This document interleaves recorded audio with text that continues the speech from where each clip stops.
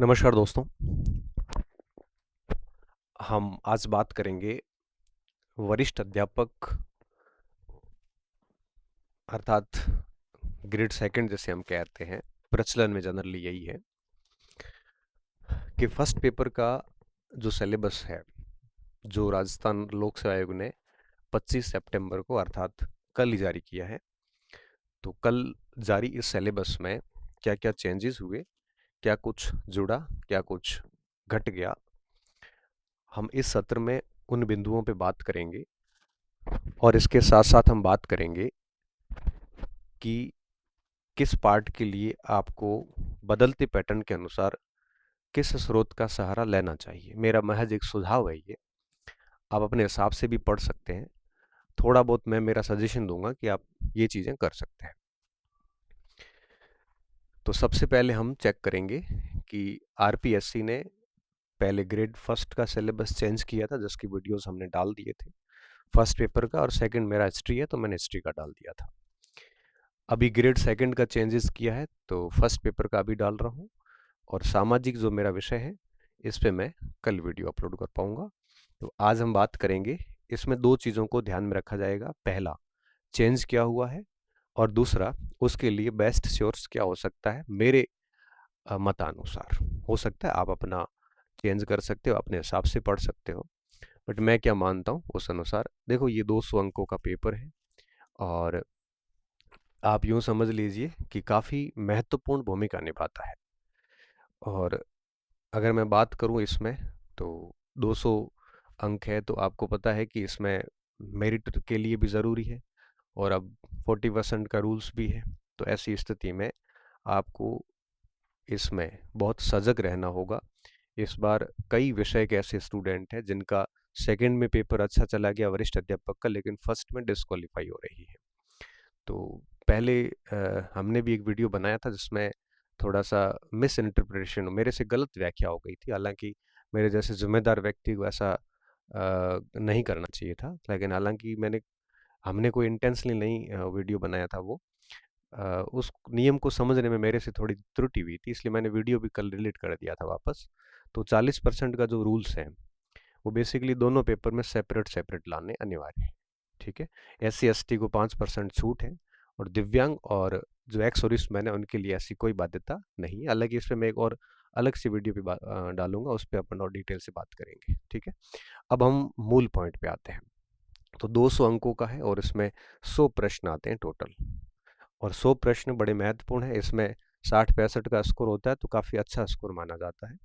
और आज की स्थितियाँ ये हैं कि पेपर काफ़ी काफ़ी कॉम्प्लिकेट आते हैं। हमारे टाइम की मैं बात करूं, जब मैं वरिष्ठ अध्यापक बना था, 2012 की बात कर रहा हूँ, उस समय मेरे फर्स्ट पेपर के अंदर 192 नंबर थे, 192 आउट ऑफ 200।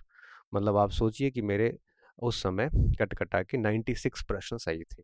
तो पेपर का जो लेवल होता था उस समय काफ़ी सिंपल होता था, और हम कर लेते थे। बट अब स्थितियाँ ये हैं कि 60 क्रॉस करना भी एक अपने आप में बड़ी उपलब्धि मानी जाती है, और 40, मतलब 60 क्रॉस करना बड़ी उपलब्धि है, और चुनौतीपूर्ण 40-45 के आसपास रहना भी चुनौतीपूर्ण हो जाता है, विशेषकर साइंस वर्ग के लिए, भाषाओं के लिए।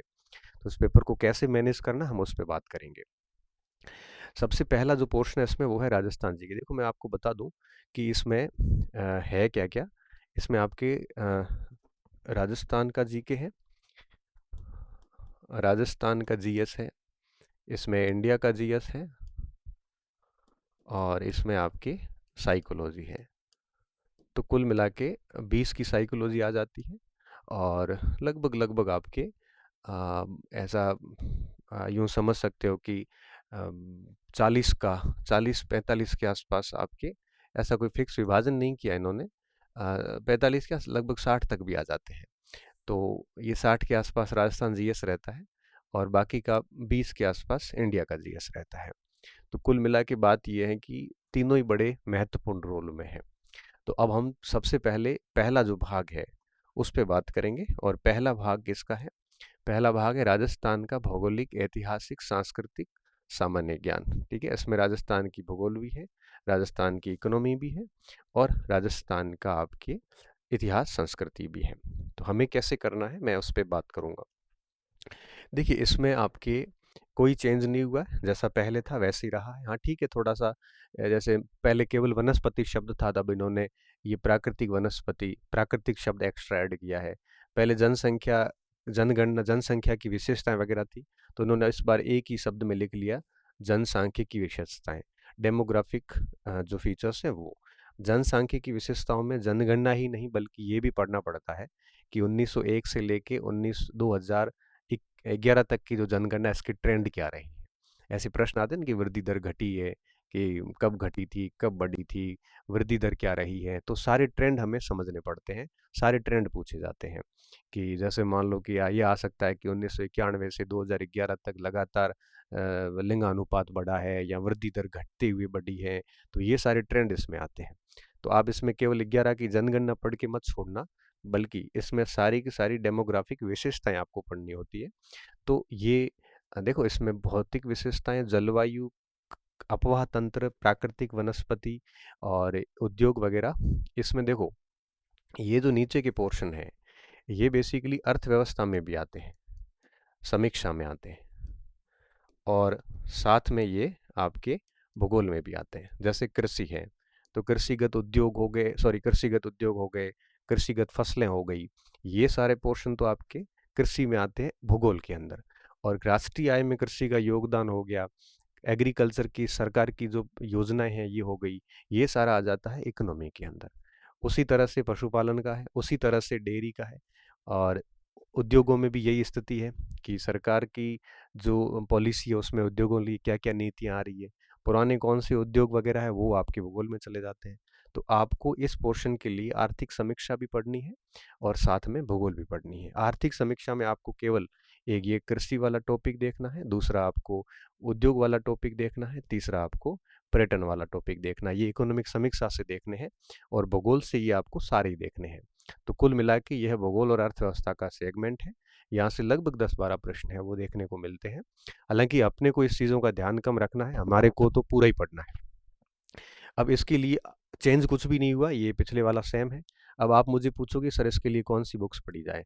देखो, मैं कोई गाइड का नाम नहीं लूँगा आज। रीज़न क्या है, अब सारी गाइड्स एक जैसी है।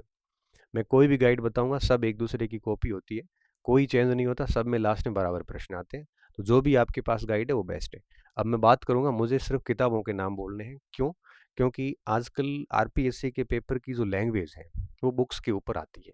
तो अगर गाइड के बाद में भी अगर थोड़ा बुक देख लोगे, पुस्तक देख लोगे, तो परेशानी नहीं है, क्योंकि आपको लैंग्वेज भी समझ में आ जाएगी और दोहरा पढ़ लोगे तो थोड़ा रिवीजन हो जाएगा।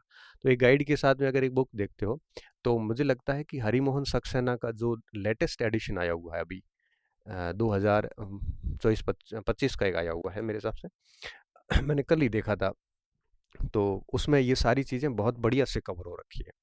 तो एच एम सक्सेना का भूगोल देख लो, प्लस उसके साथ में आप आर्थिक समीक्षा जो है उसके ये 3 टॉपिक देख लेना। क्लियर? आर्थिक समीक्षा किसकी? राजस्थान की। तो राजस्थान की आर्थिक समीक्षा में आप है वो देख लेना। और हाँ, सबसे इंटरेस्टिंग बात मैं और बता दूं, आर्थिक समीक्षा अभी मत देखना, ये मार्च 2026 की देखना, क्योंकि आपकी जो एग्ज़ाम है ये जून जुलाई के अंदर है, तो उस समय मार्च की नई समीक्षा आ जाएगी, इस समय आपको नहीं देखना है। तो इस समय आप केवल और केवल ये पढ़ लेना और मेरे ऊपर छोड़ देना। ये आर्थिक समीक्षा के जो टॉपिक है ये मैं आपको यूट्यूब के ऊपर मार्च 2026 में करवा दूंगा। जैसे ही नई समीक्षा आएगी मैं फ्री ऑफ कॉस्ट यूट्यूब पे डाल दूंगा, कहीं इश्यू नहीं आएगा। जैसे ही नई आएगी, अब आप पुरानी वाली छोड़ दो, क्योंकि अब आपकी जो परीक्षा है उस समय तक वो काम की नहीं रहेगी। हाँ, ये ला के आप बढ़िया से सारा पढ़ लो, केवल इतना ही छोड़ना है। ये मार्च में जैसी समीक्षा आएगी हम उसको वैसे ही शुरू कर देंगे, तो उस समय आप ये 3 टॉपिक एक्स्ट्रा अपडेटेड कर लेना। तो इस पोर्शन के लिए ये पर्याप्त है। और इसके अलावा अगर आप कहोगे सर हमारे पास में किसी विद्वान के साथी के नोट्स हैं या फिर किसी गाइड है आपके पास में, तो ठीक है, आप गाइड पढ़ते रहिए, नोट्स पढ़ते रहिए। और मुझे लगता है एक बार नोट्स या गाइड अच्छे से पढ़ लेने के बाद में एक बार किताब भी देख लेना। तो किताब देखने से क्या होता है, 4 चीज़ें हमारे को और सीखने को मिलती है, लॉस वाली बात नहीं है। अगर आप किसी कोचिंग से कोचिंग भी कर रखे हैं तब भी आप इस सक्सेना की पुस्तक लाके एक बार देख सकते हो। तो ये इस पोर्शन के लिए सबसे बेस्ट उपाय था। तो राजस्थान का भूगोल और अर्थव्यवस्था हो गई। अब दूसरे नंबर पे आता राजस्थान का इतिहास। इसमें हटा कुछ नहीं है, इसमें कुछ टॉपिक छोटे छोटे जुड़े हैं। जैसे पहले क्या था कि केवल 4 सभ्यताएं थी, पहले केवल 4 सभ्यताएं थी, और अब इन्होंने क्या लिखा है, पहले बागोर सॉरी कालीबंगा था, बैराट था, आहड़ था, और एक आपके मेरे हिसाब से बालाथल था। तो वो सिर्फ 4 सभ्यताएं थी। इस बार इन्होंने क्या किया है, राजस्थान की प्राचीन सांस्कृतिक सभ्यता स्थल और उनका महत्व सारे ही दे दिए हैं। तो अब आपको सभी सभ्यताएं अच्छे से पढ़नी, एक भी छोड़नी नहीं है। दूसरा, पहले केवल गुर्जर प्रतिहार और चौहान थे कोर्स में। अब इन्होंने क्या किया है, अब इन्होंने 18वीं शताब्दी तक के राजस्थान के सारे राजवंश पढ़ने हैं, सारी रियासतें और राजवंश पढ़ने हैं, भरतपुर के जाट से लेके जैसलमेर के भाटियों तक, और बीकानेर के राठौड़ों से लेके और दक्षिण के अंदर आपके जो सिसोदिया थे वहां तक, एक भी राजवंश आपको छोड़ना नहीं है। पहले केवल 2 राजवंश ही कोर्स में थे, और अब सारे राजवंश कोर्स में है। ये 2 चेंज हुआ। तीसरा चेंज हुआ है कि अब इन्होंने मेवाड़ के राज सिंह को भी ऐड किया है, और चौथा चेंज हुआ, राजस्थान के प्रमुख व्यक्तित्व भी शामिल किया है। इसके अलावा दिल्ली सल्तनत के साथ मेवाड़, रणथंभौर, जालोर के संबंध ये सेम है, पहले भी था। राजस्थान और मुगल, इनके संबंध में सांगा, प्रताप और मानसिंह, चंद्रसेन, राय सिंह और राज सिंह, ये पहले भी थे, अभी भी है। और हाँ, ये जो पोर्शन लिखा है इन्होंने मेवाड़, मारवाड़, ये विशेष रूप से जो दी है वही आप पढ़ना, उसमें से प्रश्न आ जाता है, इसके अतिरिक्त जाने की जरूरत नहीं है। 1857 की क्रांति पहले से हो रखी है, पहले भी थी। राजनीतिक जागरण बेसिकली प्रजामंडल आंदोलन ही होता है, अलग कुछ नहीं है। हम प्रजामंडल में ही राजनीतिक जागरण पढ़ते हैं। आप अपने नोट्स देखोगे मेरे वाले, तो आप देखना उसमें हमने प्रजामंडल की स्थापना से पहले जो कुछ लिखा है वो राजनीतिक जागरण ही होता है। उसमें विभिन्न प्रकार की संस्थाएं और अखबार आते हैं, तो हमने प्रजामंडल आंदोलन और राजनीतिक जागरण हर जगह साथ पढ़ा जाता है, किसी किसी जगह अलग टॉपिक कर लेते हैं। तो जहां कहीं आप देखो ना कि जैसे बीकानेर प्रजामंडल है, उसकी स्थापना से पहले की पृष्ठभूमि अगर किसी ने लिखी है तो वो पूरी की पूरी राजनीतिक जागरण कहलाती है। ये पहले भी था, अब भी है। किसान जनजाति आंदोलन पहले भी था, अब भी है। राजस्थान का एकीकरण पहले भी था, अब भी है। और हाँ, ये राजस्थान के प्रमुख व्यक्तित्व, ये टॉपिक एक्स्ट्रा ऐड किया है। तो हिस्ट्री में ये आपके 4 टॉपिक एक्स्ट्रा ऐड हुए हैं। अब देखिए आप इसके लिए क्या किताबें और क्या रिसोर्सेज यूज कर सकते हो। मेरा अनुमान जो मत है वो मैं आपको बता देता हूँ। अब देखिए इसमें आपको किताब के रूप में जैसे आपके ये जो पोर्शन है ना, ये पोर्शन, ये 2 टॉपिक और ये तीसरा टॉपिक और भी ले सकते हो। इनके लिए आप आरपी व्यास में, आरपीएससी का पेपर इसी से आता है। इसका भाग सेकंड पढ़ना है, पहला भाग हमारे कोर्स में नहीं है, सेकंड भाग बढ़िया से पढ़ लेना। उसमें क्या आएगा, क्रांति आ जाएगी, राजनीतिक जागरण, प्रजामंडल, किसान जनजाति आंदोलन, एकीकरण और व्यक्ति तो इनके साथ में आ जाते हैं। तो ये सारे के सारे पोर्शन आप आरपी व्यास से पढ़ सकते हैं। बड़ा शानदार पुस्तक है, कहीं इसमें दिक्कत नहीं है। अगर आप कहोगे कि सर हमें गाइड बता दो कोई, तो गाइड सारी मैंने कहा एक जैसी, आप जो पढ़ोगे ठीक है, जो भी पढ़नी वो पढ़ लीजिए। मगर मेरी अब सलाह ये है कि आरपीएससी के इस बदलते पैटर्न के अनुसार खुद को बदलना पड़ेगा। हम 2020 में 18 में जब तैयारी की वीडियो बनाते थे, तब हम गाइड का नाम बोलते थे, तब तक बोलते आए जब तक वो रेलेवेंट होती थी। अब भी रेलेवेंट है, अकेली गाइड काम की नहीं। अब आपको एक साथ में स्रोत देखना पड़ेगा ताकि आपकी शब्दावली मजबूत हो जाए, क्योंकि प्रश्न की जो भाषा होती है वो किताबी भाषा होती है। तो अगर आप किताब नहीं पढ़ी होती है तो प्रश्न की भाषा समझ में नहीं आती है। अब जैसे आप मेरे से पढ़ रहे हो या किसी और शिक्षक से पढ़ रहे हो, तो शिक्षक जब पढ़ाएगा तो वो बिल्कुल सामान्य भाषा में पढ़ाएगा, वो क्लास में आपको सारा समझ में आ रहा होता है। लेकिन जैसे ही आप परीक्षा हॉल में जाते हो तब दिक्कत शुरू हो जाती है। क्यों? क्योंकि शिक्षक की जो भाषा है वो बड़ी सामान्य भाषा है, और प्रश्न की जो भाषा है वो आपकी थोड़ी सी किताबी भाषा है। तो आप उस भाषा को कर नहीं पाते, समझ नहीं पाते, और आता हुआ हमें गलत हो जाता है। इसलिए जो बहुत मैच्योर स्टूडेंट होते हैं वो तो शिक्षक की भाषा को कन्वर्ट कर लेते हैं, लेकिन जो नए स्टूडेंट होते हैं उनको दिक्कत आती है। तो मेरी सलाह ये रहेगी कि आरपी व्यास को आप पढ़ सकते हैं, और हाँ, कोई आपके पास गाइड है तो फिर आप अपने स्तर पे देख लेना। और ये जो पोर्शन है पूरा, इसके लिए किताबें तो बहुत है मार्केट में, बट हाँ, मेरा ये मानना है कि जो राजस्थान हिंदी ग्रंथ अकादमी की जो पुस्तक है आपके हुकमचंद जैन साहब की और नारायण माली की किताब, जिसका नया एडिशन 2025 का आता है, उस किताब में ये सारे टॉपिक ठीक ठीक दिए हुए हैं। तो इन दोनों किताबों के अंदर ये अपने सिलेबस को टिक करके आप इसको बढ़िया से पढ़ सकते हैं। और साथ में कोई गाइड पढ़ रहे हो तो ठीक बात है, आप उसको जारी रखिए। मैं किसी नई गाइड का नाम नहीं लूँ, क्योंकि सारी गाइड एक दूसरे की कॉपी की हुई है। अब आप मुझे कह सकते हो सर आप कैसे मदद कर सकते हैं, तो ये आपके पास में स्रोत तो मेरा देखो, मेरी राजस्थान इतिहास जो अपनी पुस्तक है, कई बच्चों ने इस पुस्तक को खरीदा है।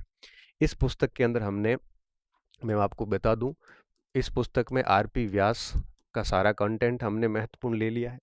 इस पुस्तक में विनीता परिहार का कंटेंट पूरा लिया हुआ है। जो उनकी पुस्तक आती है स्वतंत्रता संग्राम के ऊपर और प्रजामंडल के ऊपर आती है, उस पे लिया हुआ है किताब।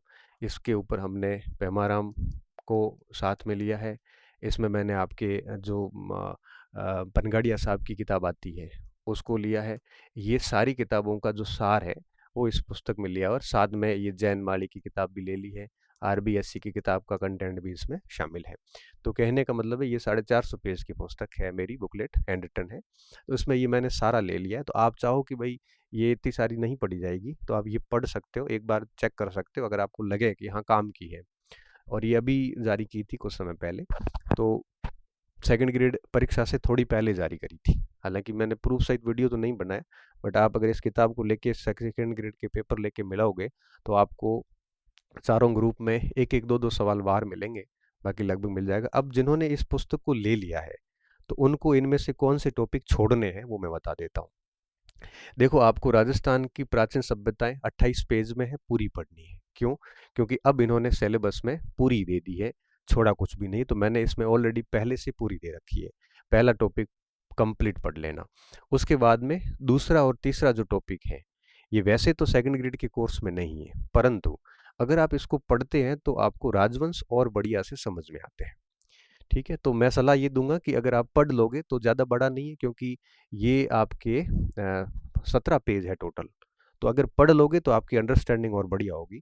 तो मुझे लगता है पढ़ लेना चाहिए। फिर उसके बाद में आ जाते हैं राजवंश पूरे, ठीक है, जो आप अपने कोर्स में है।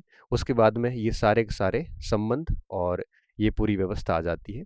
आप बस ये 9वां 10वां और 11वां पार्ट छोड़ देना, क्योंकि ये राजस्थान की राजस्व व्यवस्था और प्रशासनिक व्यवस्था कोर्स में है, ये अपने कोर्स में नहीं है।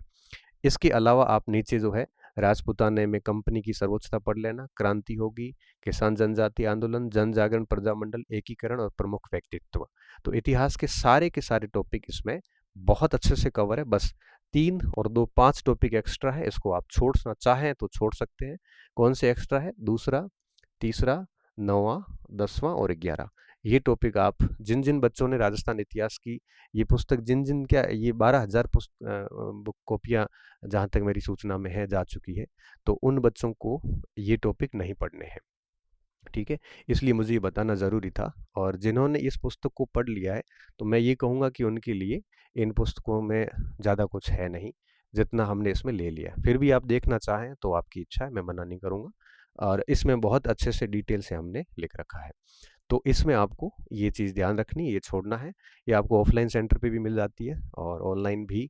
ऑनलाइन अभी आउट ऑफ स्टॉक है, ऑफलाइन कहीं मिल जाएगी आपको। ठीक है, अब हम बात करते हैं राजस्थान की कला संस्कृति। इस बार राजस्थान के इतिहास से 10-12 सवाल है वो देखने को मिले थे।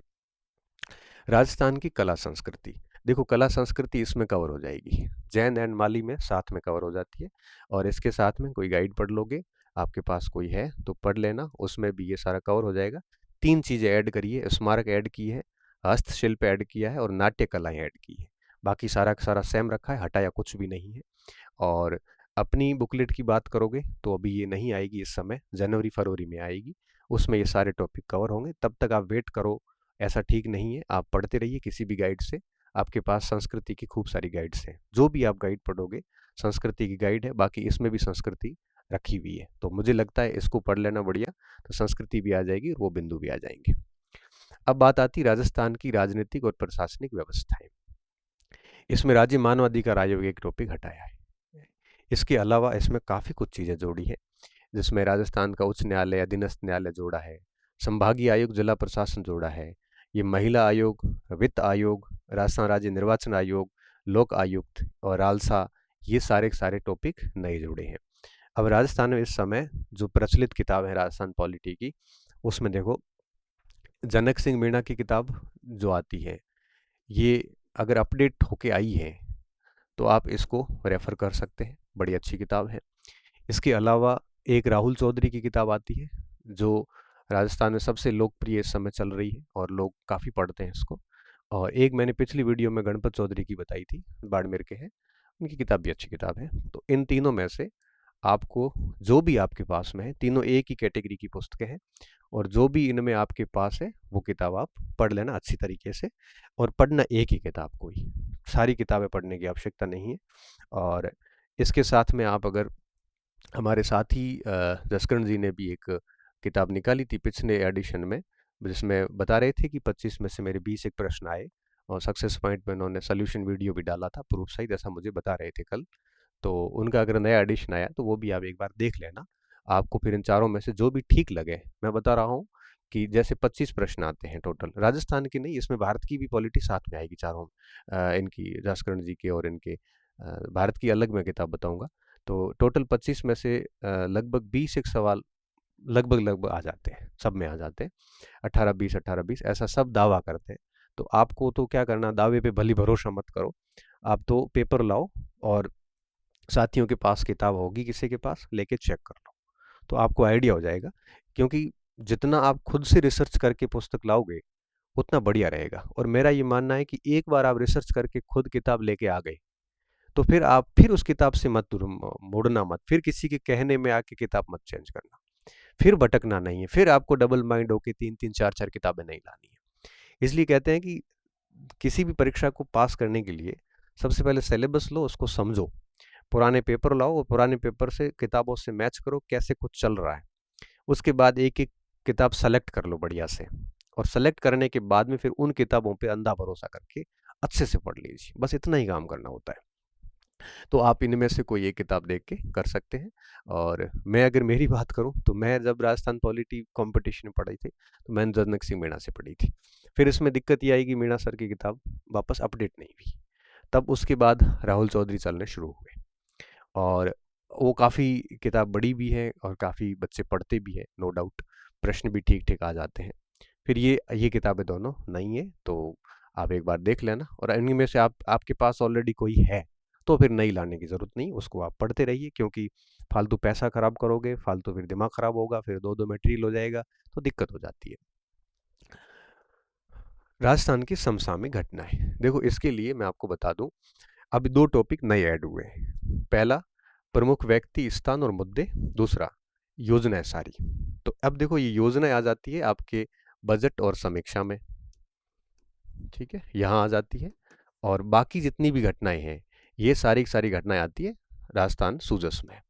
अगर आप ये दोनों पढ़ लेते हो, जो DIPR वेबसाइट से सूजस आती है, ये दोनों पढ़ लेते हो डेली, तो दिक्कत नहीं है। अच्छा, इसके लिए आप मेरे ऊपर भरोसा कर सकते हो, मैं कंटिन्यू इनकी क्लासेस ले रहा हूँ, और आप अगर इसके साथ चलते रहोगे तो इस बार भी मैंने प्रूफ सहित बताया, यूट्यूब पे वीडियो पड़ा अपना, 60 प्रश्न आए थे टोटल बजट और राजस्थान के करंट के। हर पार्ट में 15-15 प्रश्न थे, 4 पार्ट थे, 60 प्रश्न थे, 52 प्रश्न अपने कंटेंट से थे, और ये मैंने पूरा निःशुल्क यूट्यूब पे करवाया था। तो आप अगली बार भी भरोसा कर सकते हो, और अपनी जो मासिक क्लास हो रही है बस वो देखते रहो, और जो कुछ मैं विशेषांक निकालूं करंट का वो देखते रहना, आपको किसी और जगह जाने की ज़रूरत नहीं है। और अगर आप खुद से कहोगे कि नहीं वीडियोस नहीं देखे जाते, तो आप ये खुद भी कर सकते हो, और ये अपने ऊपर मेरे ऊपर छोड़ सकते हो। मैं एग्ज़ाम तक इसकी चीज़ सीरीज जारी रखूँगा। इस बार इसमें 10 सवाल आए थे राजस्थान के समसामयिक के, हर पेपर में सेकंड ग्रेड के। फिर आता है विश्व और भारत का सामान्य ज्ञान, ठीक है। अब देखो, अब इसमें थोड़ी सी दिक्कत क्या है कि जैसे विश्व का भूगोल है, अब महाद्वीप और महासागरों की विशेषता, ये बड़ा लंबा चौड़ा टॉपिक है, जिसमें सारे महाद्वीप और सारे महासागरों की एक एक विशेषता पढ़नी है आपको। और साथ में पूरा ग्लोबल विंड सिस्टम, स्थायी पवन है, अस्थायी पवन है, सारा पढ़ना है। फिर ग्लोबल पर्यावरणीय समस्या जितनी भी, एनवायरमेंटल प्रॉब्लम, इसमें आपको ओजोन क्षरण के मुद्दे से लेके, क्लाइमेट चेंज के मुद्दे से लेके, अम्ल वर्षा के मुद्दे से लेके, और जितने भी मरुस्थलीकरण के मुद्दे से लेके, एजेंडा 21 सतत पोषणीय विकास के मुद्दे से लेके, सभी प्रकार के मुद्दे, और ग्लोबल स्ट्रेटजी क्या है इस मुद्दों से निपटने की, ये सारा इसमें आ जाता है। इसके साथ साथ में इन्होंने नया ऐड किया है प्रमुख मानवीय व्यवसाय, ये ह्यूमन ज्योग्राफी का है, NCERT में 12वीं कक्षा में मिल जाता है। और साथ में जनसंख्या का डिस्ट्रीब्यूशन एंड माइग्रेशन, ये भी पॉपुलेशन ज्योग्राफी का हिस्सा है। ठीक है, इस हेतु आप किसी भी कोचिंग संस्थान के नोट्स पढ़ सकते हैं, क्योंकि इसमें क्या है कि अगर आप किताबें करोगे तो क्या होता है कि अलग अलग किताबें पढ़ जाती है, और अलग अलग किताबें होने के कारण दिक्कत ये आती है कि फिर तीन तीन किताबें एक एक पांच पांच सवाल के लिए बहुत समस्या पैदा करते हैं। इससे अच्छा ये है कि आप किसी कोचिंग सेंटर्स वगैरह के नोट्स पढ़ लेना, तो उसमें क्या होगा कि ये सारे पोर्शन साथ में आ जाते हैं। भारत के भूगोल में इन्होंने जैव विविधता एक नया ऐड किया है, और भारत के भूगोल के लिए आपके पास में अगर वाणी प्रकाशन बौद्धिक प्रकाशन की पुस्तक है तो वो बढ़िया किताब है, अगर पायनियर की किताब है तो वो भी बढ़िया किताब है, और भी कोई आपके पास में कोई किताब है तो उसमें ये विशेषताएं पढ़ लेना, ज़्यादा कुछ है नहीं इसमें। भारतीय अर्थव्यवस्था ये आर्थिक समीक्षा से आती पूरी की पूरी, टॉपिक कोई चेंज नहीं है। पिछली बार भगवान की मेहरबानी से और आरपीएससी की कृपा से अपना एक भी सवाल, पांच पांच प्रश्न आए हैं चारों पेपर में, 20 प्रश्न आए हैं, एक या दो प्रश्न मुझे लगता है बाहर थे, मैंने पूरे प्रूफ सहित यूट्यूब पे डाल दिए हैं कि, तो ये हमने 8 कक्षाओं में पढ़ा था। तो ये आर्थिक समीक्षा 2026 जो आगे आएगी वो आपको पढ़नी है इसमें, और ये 8 कक्षाएं मैं आपकी मार्च अप्रैल में ले लूँगा। आपको कहीं जाने की ज़रूरत नहीं है, अगर ज़िंदा रहे तो हम आपको ये मार्च अप्रैल 2026 में 8 कक्षाएं ये, और 10 कक्षाएं आर्थिक समीक्षा की, 18 कक्षाएं मतलब आर्थिक समीक्षा राजस्थान की, ये सारी यूट्यूब पे मिल जाएगी, प्लस करंट का पूरा आपको मिलता रहेगा, इसका कोई शुल्क नहीं रहेगा। और अगर आप कहोगे नहीं हम आपसे नहीं पढ़ेंगे सर, हमें आपकी शैली पसंद नहीं है, तो आप राजस्थान भारत की आर्थिक समीक्षा आती है 650 पेज की है लगभग, वो आप डाउनलोड कर लेना और पढ़ लेना, कोई दिक्कत नहीं। उसके बाद में है भारत की का संविधान और विदेश नीति, ये इंडियन पॉलिटिक्स है। इसमें कुछ चीज़ें ऐड भी हैं, जैसे भारत का संवैधानिक विकास, पहले केवल और केवल 1919 और 35 का अधिनियम था जो इन्होंने हटा के और संवैधानिक विकास पूरा दे दिया है। तो अब इसमें ये 1773 से लेके और 1950 तक के सारे एक्ट आ गए, पहले केवल 2 एक्ट थे कोर्स में। बाकी संविधान सभा में डॉक्टर मेडिकर की भूमिका ये पहले भी था, नागरिकता नहीं था जो इन्होंने इस बार ऐड किया है। उपराष्ट्रपति मंत्रिपरिषद वैसे अलग से नहीं थे लेकिन हाँ साथ में पढ़ लेते थे, वो इस बार ऐड हुए हैं। पार्लियामेंट, सुप्रीम कोर्ट और इलेक्शन कमीशन इस बार ऐड हुए हैं, और साथ में भारत के साथ में जो पड़ोसी देश और अमेरिका जैसे देश वगैरह है, इनके साथ हमारे कैसे संबंध है, टैरिफ वार वगैरह, ये से क्या चैलेंजेस है, ये सब इस बार नया जुड़ा है। राजनीतिक दल हटा दिया है, और यूएनओ के साथ हमारे संबंध कैसे थे, क्या कुछ था, उभरती हुई प्रवृत्तियां हटा दिया है, ग्लोबलाइजेशन हटा दिया है, तो ये कुछ हटाए हैं, ये सारे के सारे नए जुड़े हैं। अब आप मुझे कहोगे सर इसके लिए क्या पढ़ना चाहिए, तो देखिए विदेश नीति और इससे पहले का जो पोर्शन है ये तो आप बौद्धिक प्रकाशन से पढ़ सकते हो। ठीक है, जसकरण जी ने अपनी पुस्तक में ये सारा कुछ दिया है, यहाँ से पढ़ सकते हो। अगर आपने लक्ष्मीकांत को टिक करके पढ़ते हैं तो वहाँ से भी पढ़ सकते हैं, पॉलिटी आती, काफ़ी अच्छी पॉलिटी आती है। अब आप कहोगे सर इस पोर्शन के लिए इतना कौन पढ़ेगा, तो मैं तो क्या ही कर सकता हूँ, हम किताबें नहीं बताएंगे तो अब आप कहते हो किताबें नहीं बताते हो। ठीक है, तो आप देख लेना। और ये जो पोर्शन है विदेश नीति भी इसके साथ आ जाती है, लेकिन ये आपको समसामयिक कंटिन्यू पढ़ते रहना पड़ेगा। और समसामयिक पोर्शन, तो समसामयिक पोर्शन आप अखबारों पे ध्यान रखोगे तो ये समसामयिक मुद्दे इसमें आ जाएंगे। और आगे मेरी भी प्रयास रहेगा कि ये जो पोर्शन टॉपिक हैं 2-3, इन पोर्शन पे हम आगे क्लास भी अपलोड करें, तो इसकी सहायता मैं आपकी कर सकता हूँ। उसके बाद में मनोविज्ञान, इसमें बहुत बड़ा चेंजेस नहीं है, केवल एक शब्द चेंज किया, 21वीं शताब्दी की नई नई स्किल्स जो है एआई वगैरह ये सब है। तो इसके लिए आपके पास में ऑलरेडी कोई न कोई पुस्तक होगी, किसी के पास सिखवाल होगी, किसी के पास में आपके वंदना जादौन होगी, किसी के पास में अवनी प्रकाशन की होगी, किसी न किसी, सब किताबें सबके पास में है ऑलरेडी। तो मैं कहूँगा यही पढ़ते रहिए, अलग से मुझे बताने की ज़रूरत नहीं है। और हाँ, साथ में पाठक साहब की अगर टेक्स्ट बुक ला के थोड़ा पढ़ लेते हो तो बढ़िया रहेगा, क्योंकि उसमें आपकी समझ और अच्छी विकसित होगी और शब्दावली अच्छी हो जाती है, तो परीक्षा में प्रश्न जो है वो आपके अप्रोच में रहेंगे। नहीं तो क्या होता है कि कई बार परीक्षा में प्रश्न जो है वो हम नहीं कर पाते, तो इस चीज़ का थोड़ा सा ध्यान रखना है, बाकी सब ठीक है। और अब मुझे लगता है कि ये जो पोर्शन मैंने सारे बताए, इन पोर्शन को अगर आप इन स्रोतों से पढ़ते हैं, तो अगर अच्छे से पढ़ते हैं तो बहुत आराम से आप इसका स्कोर 60 प्लस कर सकते हैं, क्योंकि आरपीएससी के पेपर अब ठीक आ रहे हैं।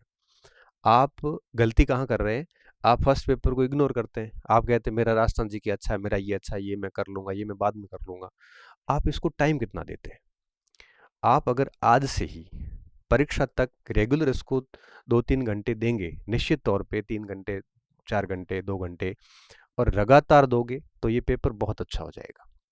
आप इसमें 100 के 100 आपके दायरे में कुछ भी छोड़ना नहीं। अब यहाँ पे ये भी नहीं कह सकते कि इंग्लिश आती नहीं, मुझे गणित आती नहीं है, विज्ञान आता नहीं है, ये एक भी इसमें नहीं है। यहाँ पे 100 के 100 प्रश्न आपके दायरे में है और फिर मुझे लगता है कि फिर भी आप असफल होते हैं। अच्छे स्रोत हैं आपके पास में। ऐसा नहीं है राजनीति विज्ञान की तरह कि प्रश्न कहाँ से आ रहे ये भी नहीं पता, ऐसा भी नहीं है। इनके प्रश्न इन किताबों से ही आ रहे हैं। 80-80, 90-90% सवाल पढ़ रहे हैं। तो आप ये चीज़ कर लेना। ये सेल्फ स्टडी के लिए अगर कोई बच्चा कोचिंग करता है तो फिर मुझे लगता है कि ये सेल्फ स्टडी इतनी नहीं कर पाएगा। फिर उसको कोचिंग पे भरोसा कर लेना चाहिए और कोचिंग के साथ में अगर ये कोई पुस्तक है और घर आके अगर को थोड़ा बहुत देख लेता है तो अच्छी बात है, मैनेज करके चलना पड़ेगा। ठीक है? तो काफ़ी समय है आपके पास में, 7-8 महीने का टाइम है और आप इसको बढ़िया से कर सकते हैं अगर आप ठीक समझोगे तो। तो इस वीडियो में मैंने मटेरियल भी बता दिया है, स्ट्रेटजी भी बता दी है और क्या सिलेबस में चेंजेस हुए ये सारा बता दिया है। ठीक है? अब मुझे इस फर्स्ट पेपर पे आगे बात करने की आवश्यकता नहीं है। सेकंड पेपर में इसी तरह से कल बात करूँगा। बहुत-बहुत धन्यवाद विद्यार्थियों, अच्छी रहिए, मस्त रहिए और पढ़ते रहिए।